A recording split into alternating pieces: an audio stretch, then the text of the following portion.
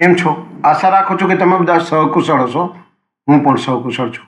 આજે 20 ફેબ્રુઆરી 2026માં ભારતની વૈશ્વિક સ્થિતિ 2025-26 માટે કયા કયા ક્ષેત્રમાં કઈ છે એ હું તમને કરંટ અફેરમાં બતાવવા જઈ રહ્યો છું. તો ચાલો મોડું ન કરતા આજનો વિડીયો શરૂ કરીએ છીએ. એની પહેલાં કહેવા માંગીશ કે ચેનલ પર નવા હો તો સબસ્ક્રાઈબ કરી લેજો. વિડીયો જો પસંદ આવે તો લાઈક કરી દેજો. ભાઈબંધ દોસ્તાર ફેમિલી મેમ્બર સાથે વિડીયો શેર જરૂર કરજો. જે પણ ગવર્મેન્ટ એક્ઝામની તૈયારી કરે છે અથવા કરંટ અફેરમાં ઇન્ટરેસ્ટ ધરાવે છે. ચાલો મોડું ન કરતા આજનો વિડીયો છે. ભારતની વૈશ્વિક સ્થિતિ 2025-26માં શું છે? હેનલ પાસપોર્ટ સૂચકાંક ફેબ્રુઆરી 2026માં 75મો ક્રમ છે ભારતનો.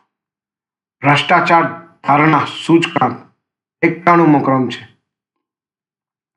નેટવર્ક રેડિનેસ ઇન્ડેક્સ 45મો ક્રમ છે. એરફોર્સ પાવર રેન્કિંગ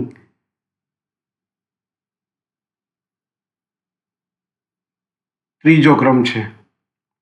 મહિલા શાંતિ અને સુરક્ષા સૂચકાંક 131મો ક્રમ છે. ગ્લોબલ ફાયર પાવર ઇન્ડેક્સ 4થો ક્રમ છે. ઉર્જા સંક્રમણ સૂચકાંકમાં 71મો ક્રમ છે. વૈશ્વિક શાંતિ સૂચકાંકમાં 115મો ક્રમ છે. ઇમ્યુન ગ્લોબલ યુનિકોર્ન સૂચિ 3જો ક્રમ છે. પ્રેસ ફ્રીડમ ઇન્ડેક્સ 151મો ક્રમ છે.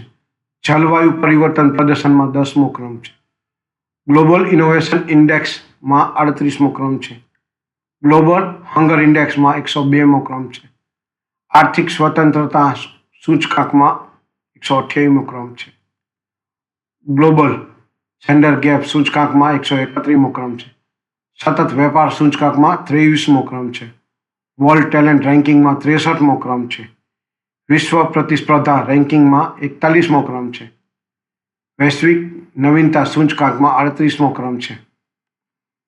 આ બધા વિશ્વ ક્ષેત્રે આપણે કેટલામાં ક્રમમાં છીએ ને એ દર્શાવે છે.